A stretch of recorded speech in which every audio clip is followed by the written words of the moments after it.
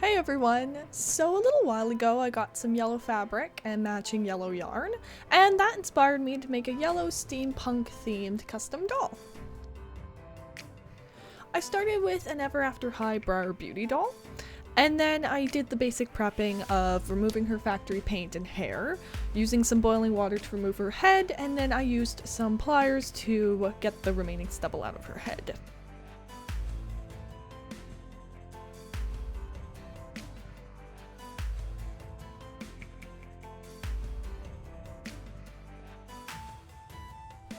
So as I was doing this, I came across a problem. The inside of the doll's head had a lot of glue in it. So every time I tried to root a piece of yarn in it, it would come out sticky and gross. So I ended up cutting a small slit in the back of the head, and then that allowed me to remove the extra glue and with some pliers, and then I put baby powder in it.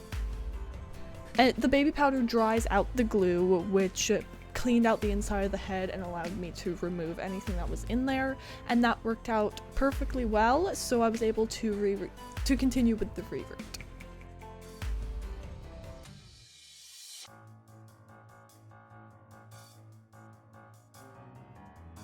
Then I used some super glue to glue the opening back up. As I said earlier, I wanted to reroot this doll with some fluffy yellow yarn. So to do this, you're going to need a large-eyed needle, and I like to use a piece of wire to help thread the yarn through the eye of the needle.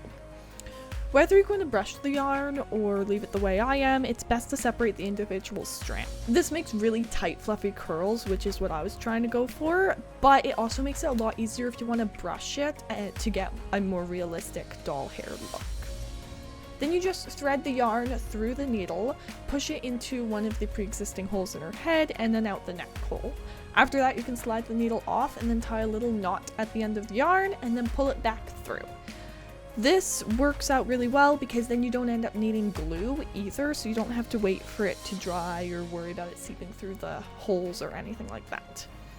And another plus is that it's quicker because even when the yarn is brushed, it's much thicker than regular synthetic doll hair, so you can skip a lot of plugs. I recommend skipping every other plug around the hairline of the doll as well as the part, and then around the inside of the doll's head I usually skip every third one. I would also recommend this method if you're a beginner to doll customizing because I find I can get yarn for a lot cheaper than hair and a lot easier than synthetic doll hair, so I would definitely recommend if you're just starting out, try this method. So unfortunately, as I was doing the reroot, the cut at the back of the head opened up again. To fix this, I used needle and thread to sew the opening closed, as well as some pliers. My fingers also died in the process, and I also used some super glue to reinforce the knots.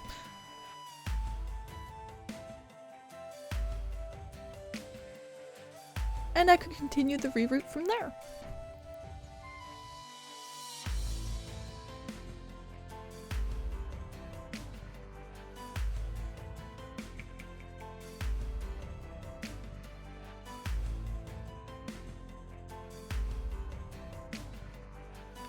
For the doll's part, you simply need to root 2 strands of yarn into every other hole instead of just one. This way you can have one strand go left and one strand go right. Even if you're going to brush the yarn, this is how I do the part anyway, because it gives you a nice full part without any gaps.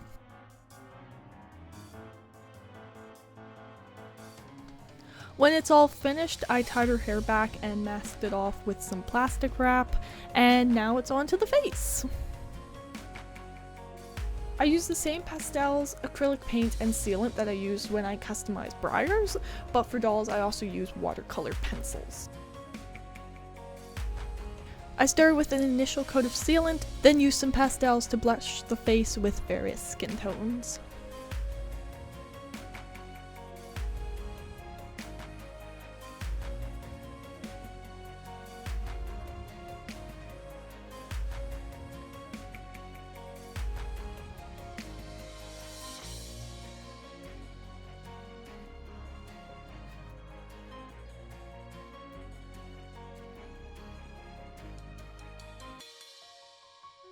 As you probably noticed, I don't have much footage of the face, and that's because it was really hard for me to film it. My tripod and camera were too big to get a good angle where my head wasn't in the way and you could clearly see what I was doing on the doll, so I settled for showing you what it looked like in between each coat of sealant. But if I do make more videos like this in the future, I will definitely find another way to film so I can actually show you the process of me painting on the face.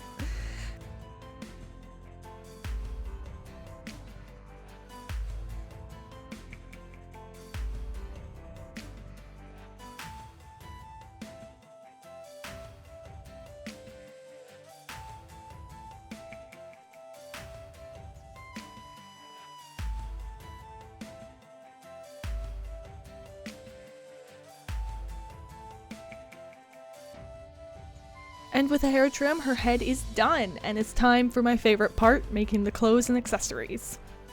I started by sewing a bodice for the dress using some plain yellow fabric, and when it's finished, I used some acrylic paint and a nail art dotting tool to cover the whole thing with small white dots, just to add a little bit of detail because I didn't have yellow fabric that had a small enough pattern to do this.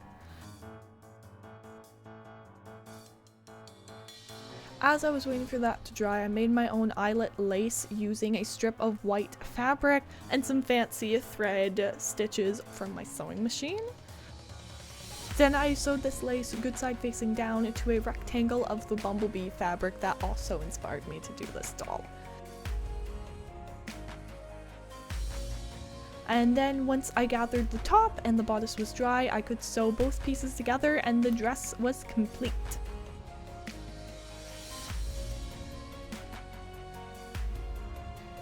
I plan on lacing it up in the back when the whole outfit's done.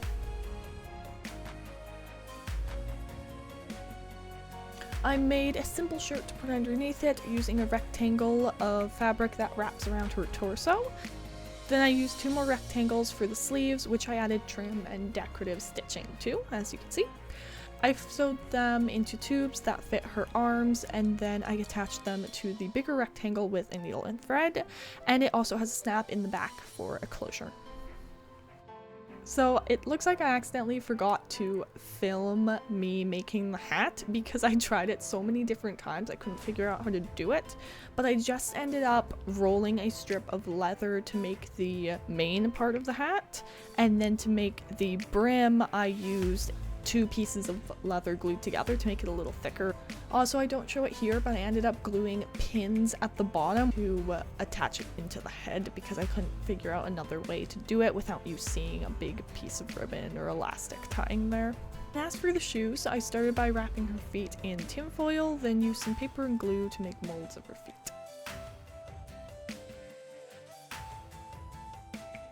After that was dry, I cut them to a shorter size and filled out the shape with some hot glue. I also used some sticks of hot glue that I cut to be in a square shape and then glued that on for the heel. I used a simple pattern that I made out of scrap fabric to cover it with some brown fabric and leather. Then I painted the exposed parts black and used some embroidery floss to make laces, and the boots were done.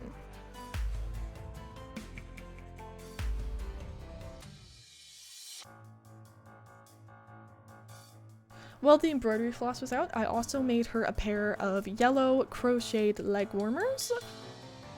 The extra little loops at the bottom are to help keep it on her foot while I put the boots back on.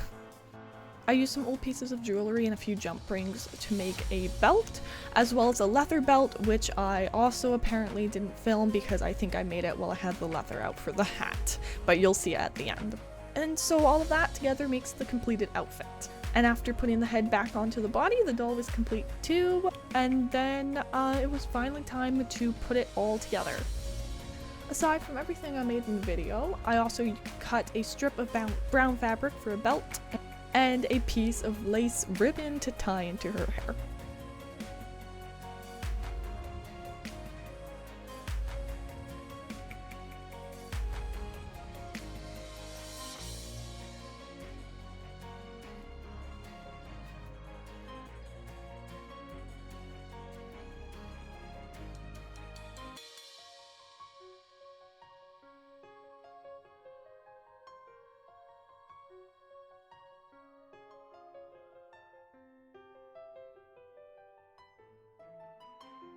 So I had so much fun making this custom. I think she turned out really good. The dress and the hair are exactly what I was envisioning, and I'm really happy with how she completely turned out.